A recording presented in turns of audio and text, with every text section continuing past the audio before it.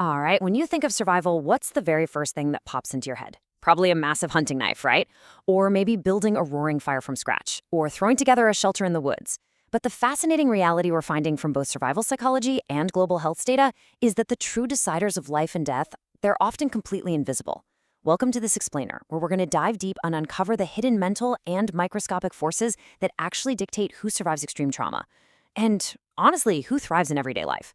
We're exploring the hidden reservoirs of the human mind and the microscopic elements hiding right in plain sight that you absolutely need to survive.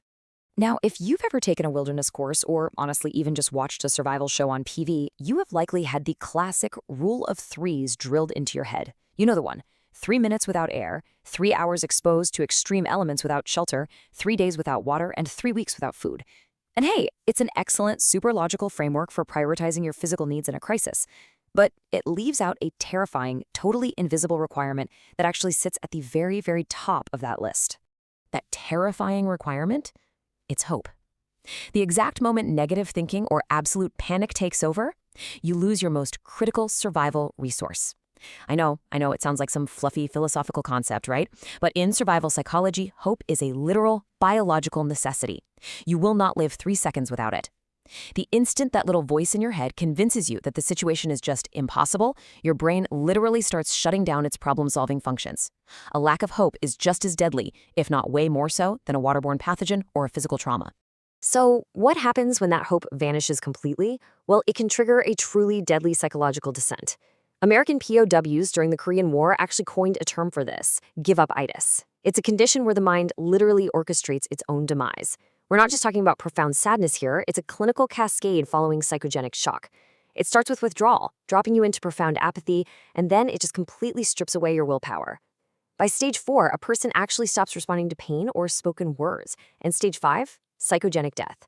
It's this incredibly misguided mental defense mechanism to insulate the brain from inconceivable odds. Knowing how to intercept this process is literally the foundation of survival. Survival psychologist John Leach actually mapped out a sequence of survival that explains exactly why this happens. We usually put all our focus on the impact itself, or the triumphant rescue, but we really need to look at that critical recovery phase right after the impact. During those first 72 hours, your cognitive abilities are often just paralyzed. Your working memory gets completely overloaded by sheer anxiety. Leach argues that long-term planning during these 3 days is neurologically impossible for most people. If you don't find a way to adapt and maintain just simple, short-term optimism in this tiny window, psychogenic death becomes a massive, massive risk. To really grasp how to survive, we have to understand the jarring shift from intrinsic normalcy to extrinsic chaos. Intrinsic survival is what you and I are doing right this second. We're just navigating an environment we're perfectly adapted to. Easy, right? But extrinsic survival is when you are violently forced into an unfamiliar, traumatic environment. This is exactly why 17-year-old Julaine Kopkis survived a catastrophic 2-mile fall from an airplane into the Peruvian rainforest. A 2-mile fall. She was injured, she was alone, she had zero gear, but she had lived in the jungle with her parents. She possessed this intrinsic familiarity with what the rest of the world thought was a green hell, and that allowed her to calmly hike for 11 days to safety. Imagine falling into a 70-foot Andean crevasse with a completely shattered leg. Mountaineer Joe Simpson survived this exact, literal nightmare through a technique called compartmentalization. When he somehow crawled out, he faced an impossible 8-mile drag to base camp. But instead of focusing on the terrifying, overwhelming reality of his situation, he focused only on reaching a specific rock in the next 20 minutes. That's it. He noted that beating his micro-targets kept him entirely isolated from the paralyzing big picture. Creating these short-term, stimulus-driven goals completely prevents your brain from freezing up. You don't try to survive the whole ordeal. You just try to survive the next 20 minutes. So, how do you prevent fear from flooding your brain with cortisol and destroying your ability to use that compartmentalization?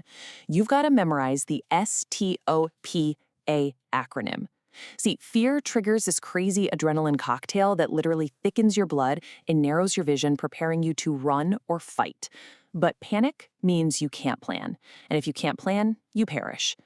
When trauma hits, you have to actively intercept the panic. Sit, take a breath, observe, plan, act. Applying this kind of control to extreme physical shock is where the 1-1-10 cold water rule comes into play. If you fall into frigid, freezing water, You have exactly 1 minute to control your breathing from the cold shock, to stop hyperventilation and panic. 1 minute. If you secure that minute, you buy yourself 10 minutes of meaningful movement for self-rescue, before your muscles just stop working. If you can't self-rescue, well, you have about 1 hour until hypothermia takes your consciousness. The entire hour of survival hinges entirely on mastering that very first minute of panic. And hey, just when you think you're utterly, totally depleted, Navy SEAL David Goggins' 40% rule reminds us that our neurological stress is actually lying to us. When your brain is screaming at you that you are completely exhausted and physically cannot take another step, you have realistically only tapped into about 40% of your energy reserves. In an extrinsic survival situation, fatigue is just heavily intertwined with self-doubt. Remembering that you have a massive, hidden 60% battery reserve left can be the exact mental shift you need to push through an impossible barrier. All right, let's pivot for a second and re-examine that classic rule of 3 days without water. We've talked a lot about the hidden mechanics of the mind, but what about the hidden mechanics of nutrition? Because long-term survival, and honestly long-term everyday human health, isn't just about the liquid itself. It's actually about the invisible cargo that liquid carries. We all just assume water is simply H2O, but in reality, natural water is this incredibly complex delivery system for elements that are absolutely critical to our survival.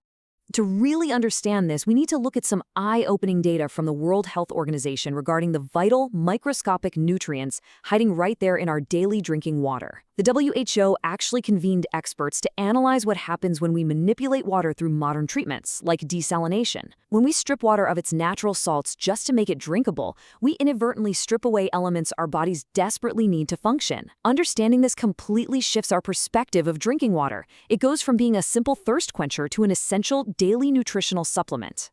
And context is literally everything here. Environmental stress dramatically shifts your baseline hydration needs. Look at how a normal adult's baseline jumps from around 2.5 liters all the way up to 4.5 liters when they're doing manual labor in high heat. Now imagine a survival scenario where you are sweating out massive amounts of fluid. If you're just chucking pure, stripped water without replenishing sodium and other electrolytes, you can actually induce a fatal condition called hyponatremia. The quality of the water and exactly what is suspended in it literally becomes a matter of life and death. But here's the catch. Not all minerals are treated equally by our bodies. Elements like calcium, magnesium, and zinc in water have what's called moderate to high bioavailability. Basically, that just means our system eagerly soaks them up directly from the fluid. Conversely, iron from water is absorbed very poorly, kind of like iron from a plant-based diet. This proves that for certain key minerals, drinking water is literally one of the most efficient delivery vehicles that nature provides. Which brings us to a term you've probably complained about, hard water. Most of us just associate it with that annoying, crusty scale on our shower heads, right? But in reality, hard water quietly acts as a massive, completely invisible dietary supplement for a huge chunk of the global population. Because our total dietary intakes of calcium and magnesium are commonly inadequate all over the world, the incremental contribution from just drinking hard water naturally bridges that gap. By simply drinking your daily requirement of moderately hard water, you are unknowingly fighting off long-term mineral deficiencies. The long-term impact of this is honestly staggering. Over 80 epidemiological studies have proven a direct link between the water we drink and the chronic diseases we end up developing over a lifetime. Researchers have found an undeniable inverse relationship between water hardness and disease.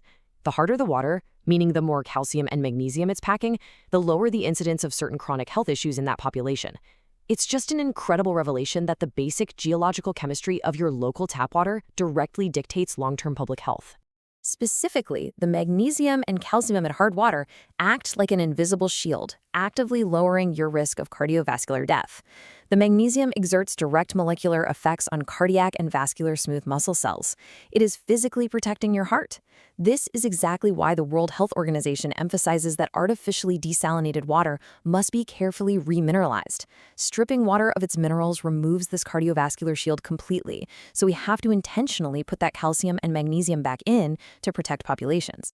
So at the end of the day, we really have to challenge our own normalcy bias and ask ourselves if our hidden reserves of hope and health are truly ready for the day the unexpected strikes.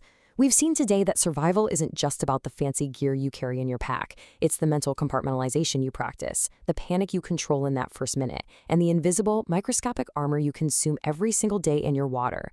Understanding these unseen forces changes absolutely everything. So I leave you with this. The next time you face a crisis, or honestly, even just pour yourself a glass of water from the sink, will you remember the hidden elements keeping you alive?